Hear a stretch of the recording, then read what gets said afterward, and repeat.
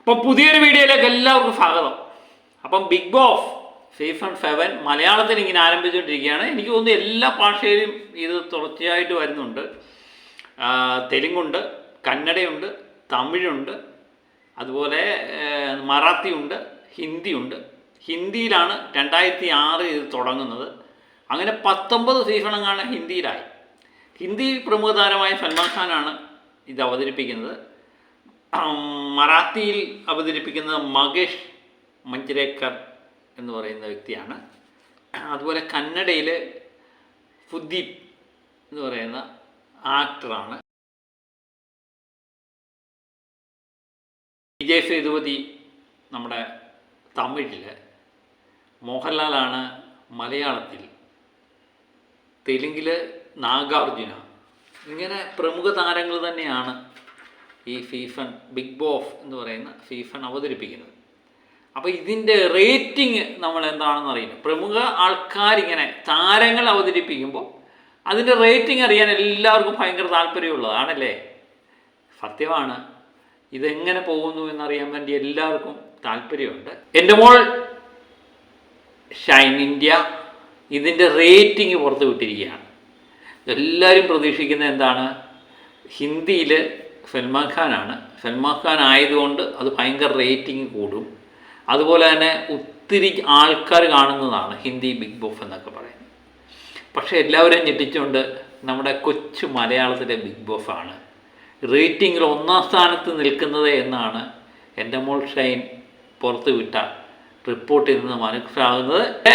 Big boss ലാലേട്ടൻ അവതരിപ്പിക്കുന്ന big boss ആണ് 12.1% TVR റേറ്റിങ്ങിൽ 1-ാം സ്ഥാനത്ത് നിൽക്കുന്നത്.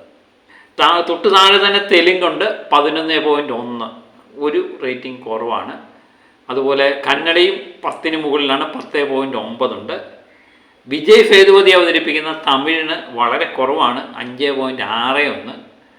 പക്ഷേ നമ്മളെ ഞെട്ടിപ്പിക്കുന്ന ഒരു വസ്തുത എന്ന് പറയുന്നത് ഹിന്ദി ബിഗ് ബോസ് 19 സീസൺ ആയിട്ടും ഹിന്ദിക്കാണ്, സൽമാൻ അവതരിപ്പിച്ച ഹിന്ദിക്കാണ് റേറ്റിംഗ് വളരെ കുറവ്.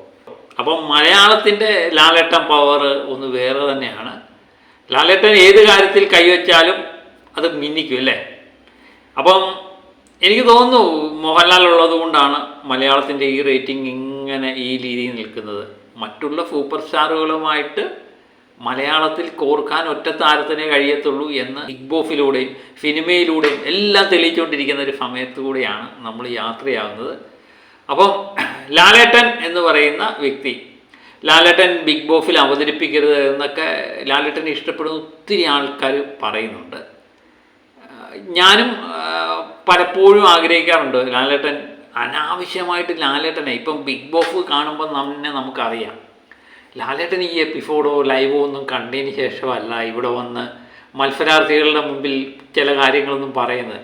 അത് ലാലേട്ടന് കൃത്യമായിട്ട് കൊടുക്കുന്ന നിർദ്ദേശം അനുസരിച്ചാണ് ലാലേട്ടൻ പ്രവർത്തിക്കുന്നത്. കാരണം ലാലേട്ടന് എപ്പിസോഡൊന്നും കുത്തിയിരുന്ന് കാണാനൊന്നും ലാലേട്ടന് സമയം കിട്ടത്തില്ല എന്ന് ആരൊക്കെ എന്തൊക്കെ പറഞ്ഞാലും നമുക്കറിയാം.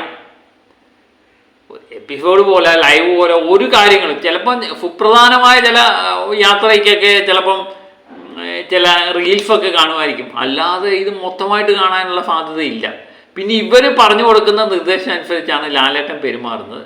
പലപ്പോഴും എന്തെങ്കിലും ഒരു സംഭവം ഉണ്ടായാൽ ലാലേട്ടനെ നമ്മൾ പലപ്പോഴും വിമർശിക്കാറുണ്ട്.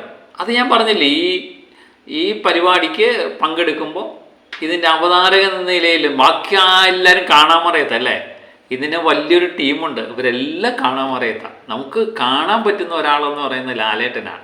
ലാലേട്ടനെ പ്രതീക്ഷിച്ച് തന്നെയാണ് നമ്മൾ ഈ പരിപാടി കാണുകയും ഇതിനെ വിശ്വസിക്കുകയും ചെയ്യുന്നത്. അപ്പോൾ ഇതിനൊരു തട്ടുകേടുണ്ടാവുകയാണെങ്കിൽ, നമ്മുടെ പ്രതീക്ഷകൾക്കപ്പുറത്ത് സംഭവിക്കുകയാണെങ്കിൽ നമ്മളെന്താണ് ലാലേട്ടനെയാണ് തെറി പറയുന്നത്. അത് അപ്പം ഇത് കണ്ടു കഴിയുമ്പോൾ നമുക്ക് ലാലേട്ടനെ ഇഷ്ടപ്പെടുന്നത് നമുക്ക് ഭയങ്കര വിഷമമാണ്. എന്തിനാണ് ലാലേട്ടനെ ഇങ്ങനെ തെറി പറയുന്നത്? പക്ഷേ തെറി പറയാതിരിക്കാൻ പറ്റത്തില്ല. കാരണം പ്രത്യക്ഷമായിട്ട് ബിഗ് ബോസ് എന്ന് കേൾക്കുമ്പോൾ തന്നെ മലയാളം കാണുമ്പോൾ നമുക്ക് ലാലേട്ടനെയാണ് ഓർമ്മ വരുന്നത്.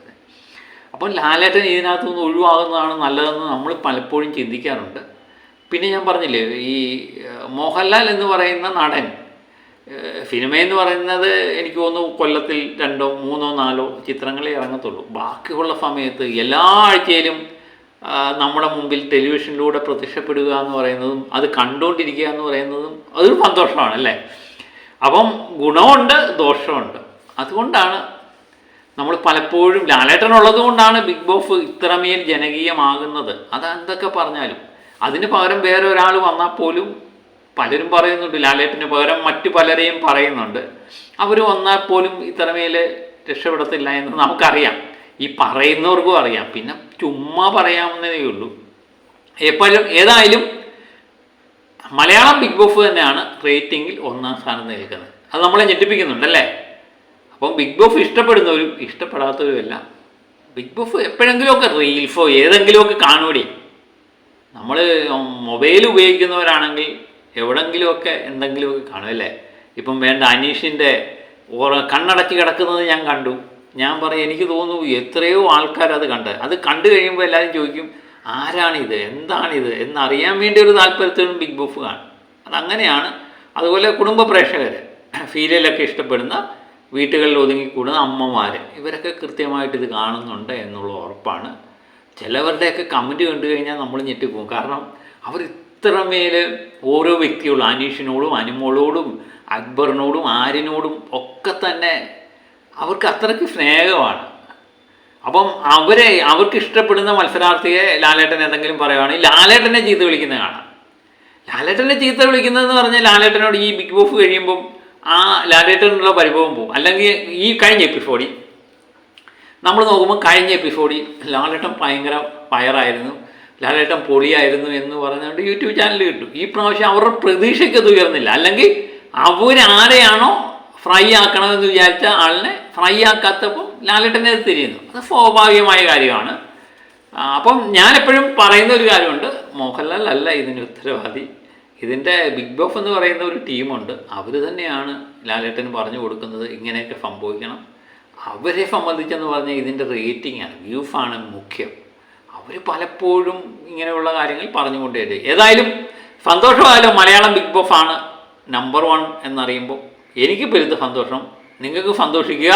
അപ്പം മറ്റൊരു വീഡിയോ ആയിട്ട് വീണ്ടും ഞാൻ എത്തും വരെ ഓക്കെ.